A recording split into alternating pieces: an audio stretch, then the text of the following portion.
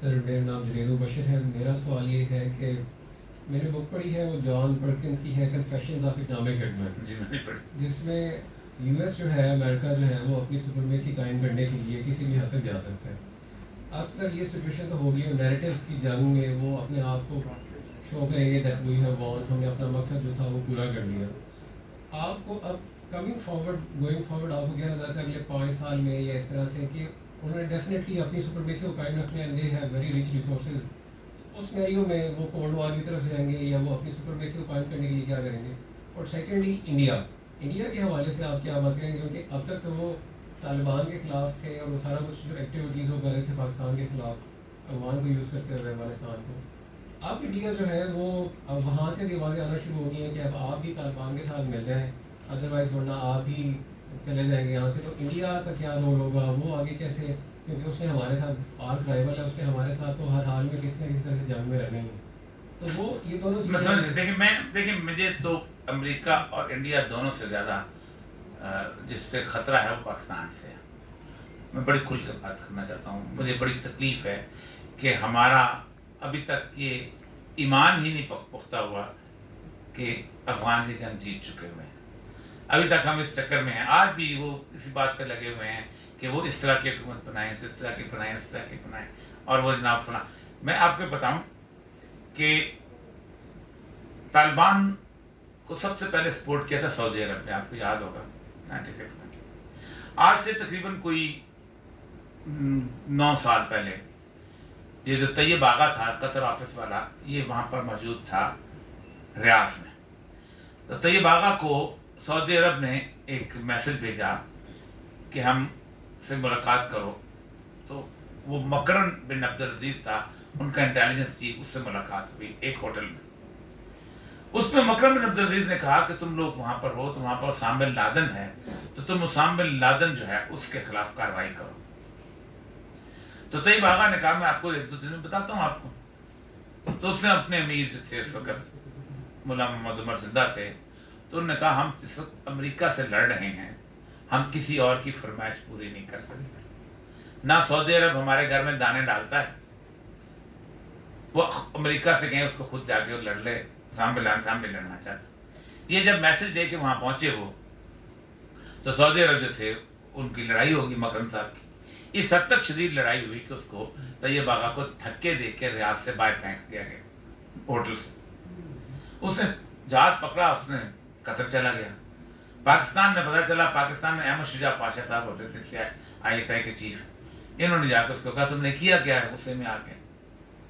انہوں نے کہا کہ وہ یہ مسئلہ تھا, یہ مسئلہ. تو اس نے کہا آپ ضرور سمجھو کہ آپ پوری اس ساری جدوجہد میں طالبان کے کھاتے میں سے آپ کی لال لکیر پھر گئی ہے, اب آپ کا کوئی رول نہیں. اب دیکھیں اتنا بڑا واقعہ ہو گیا, آپ کو کہیں سعودی عرب نظر آتا ہے؟ پاکستان نے بھی ان سے ایک مطالبہ کیا تھا اور آج بھی کر رہے تھے آج سے پہلے کہ آپ TTP کے خلاف کیوں نہیں لڑتے. تو انہوں نے کہا تھا ہم کیوں جنگ اس کو کھولیں, ہم امریکہ سے لڑ رہے ہیں, جب وقت آئے گا, آج ہماری حکومت نہیں ہے, آپ ہم پہ کیوں بلیم کرتے ہو, کس بنیاد کے اوپر. ٹھیک, آج بھی ہمارے ہاں جو تجزیہ نگار اٹھتا ہے وہ TTP کے والے سے کچھ کبھی یہ خبریں وہ جی ادھر ان کے کنڑ کے اندر اور پکتیکا کے اندر وہ لوگ ٹھہرتے تھے, ان کو پتا تھا وہ کن کا ہے علاقہ ہے اور کیسے وہ یہ ہے ان کا NDS کا اور ان کا. تو پاکستان جو ہے ان پہ ایسی قسم کی جو ہے ڈالے گا, جسے کہتے ہیں خواہشیں, جو خواہشیں خود پوری نہیں کرتا. آپ بھارت سے ملیں آپ ٹھیک ہیں, آپ انڈیا سے تعلقات استوار کریں ٹھیک ہیں, آپ 10 سال بیک چینل ڈپلومیسی اختیار کریں آپ ٹھیک ہیں, لیکن وہ طالبان انڈیا سے مل گئے, دے آر انڈیپینڈنٹ کنٹری, وہ جہاں مرضی ملتے پھر.